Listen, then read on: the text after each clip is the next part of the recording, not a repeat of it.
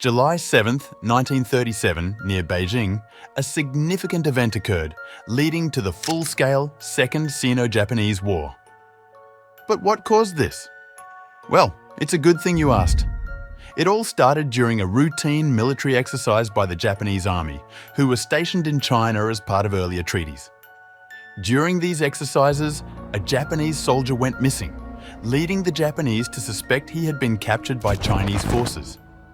By the early 20th century, Japan had established itself as a rising imperial power, keen on expanding its influence in Asia. Its victory in the Russo-Japanese War, 1904 to 1905, and its participation in World War I earned Japan new territories and a significant sphere of influence over parts of China, particularly in Manchuria.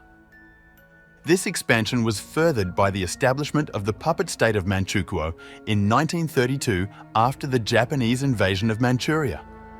China in the 1930s was fraught with internal strife and the ongoing struggle between the nationalist government led by Chiang Kai-shek and various regional warlords, as well as the growing influence of the Communist Party. Despite these internal divisions, there was a broad nationalistic fervour aimed at resisting foreign domination, particularly against the Japanese presence. The region around Beijing, including the location of the Marco Polo Bridge, was of strategic importance both for the Japanese and the Chinese nationalist government. The bridge itself was a crucial military and logistical link, making it a focal point for any defensive or offensive operations in the region. The Japanese Kwantung Army, stationed in Manchuria, was keen on expanding Japanese control further into northern China under the pretext of securing their already held territories and creating a buffer zone against potential Soviet threats. By the mid-1930s, Japan had several thousands of troops stationed in North China, ostensibly to protect its railway interests and other investments. The immediate area around Beijing and the Marco Polo Bridge had been a point of tension due to the presence of both Chinese and Japanese troops. The Japanese had been conducting military exercises in the vicinity which they claimed were intended to prepare for any potential conflict, particularly against the Soviets. However, the Chinese viewed these exercises with suspicion, as they often coincided with Japanese efforts to expand their control. The Marco Polo Bridge Incident finally unfolded on a tense summer night near Beijing, when a routine Japanese military exercise stirred up existing tensions with Chinese forces stationed nearby. The disappearance of a Japanese soldier during these maneuvers heightened the atmosphere of distrust and suspicion that had been building up over the years due to Japan's imperial ambitions in China and its military presence in the region. As the Japanese conducted their exercises, they suddenly found themselves one man short. Suspecting that the missing soldier might have been abducted or harmed by the local Chinese troops, the Japanese commanders saw this as a breach of their security and an act of aggression, though there was no direct evidence to support this claim. This incident came at a time when Japanese military presence in China was increasingly viewed as oppressive and provocative by the Chinese populace and military alike. In response to the disappearance, the Japanese demanded permission to search the nearby town of Wenping, a request that carried significant implications. Allowing foreign troops to enter a strategically critical and fortified town would not only undermine Chinese sovereignty, but could also expose the town to potential occupation or control. The Chinese commanders, aware of these risks and keen to assert their authority, refused the Japanese request. This refusal was not merely a defensive tactic, but also a strong political statement against Japanese aggression.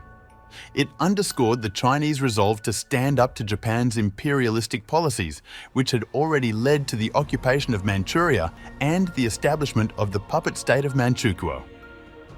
The denial added fuel to the already simmering tensions, and what began as a search operation quickly escalated into a full-blown military engagement. As both sides stood their ground, skirmishes broke out near the bridge. Initially, these clashes were sporadic and involved limited exchanges of fire. But as reinforcements were called in, the engagement intensified. The Battle of Shanghai started in August 1937, involving fierce urban combat and significant casualties on both sides. One of the most tragic and infamous events following the Marco Polo Bridge Incident was the Nanjing Massacre, also known as the Rape of Nanjing. After capturing the Chinese capital of Nanjing in December 1937, Japanese troops perpetrated mass atrocities against the civilian population, including widespread killings, rapes, and looting. The massacre resulted in the deaths of an estimated 200,000 to 300,000 Chinese civilians and unarmed soldiers, leaving a lasting scar on Sino-Japanese relations. The Second Sino-Japanese War soon became entangled with the larger conflicts of World War II. Japan's aggression in China strained its resources and drew international condemnation. The United States, among other nations, began to support China through economic aid and military supplies, foreshadowing the later alliance against the Axis powers. Despite early Japanese advances, the Chinese government, led by Chiang Kai-shek, relocated to Chongqing and continued to resist.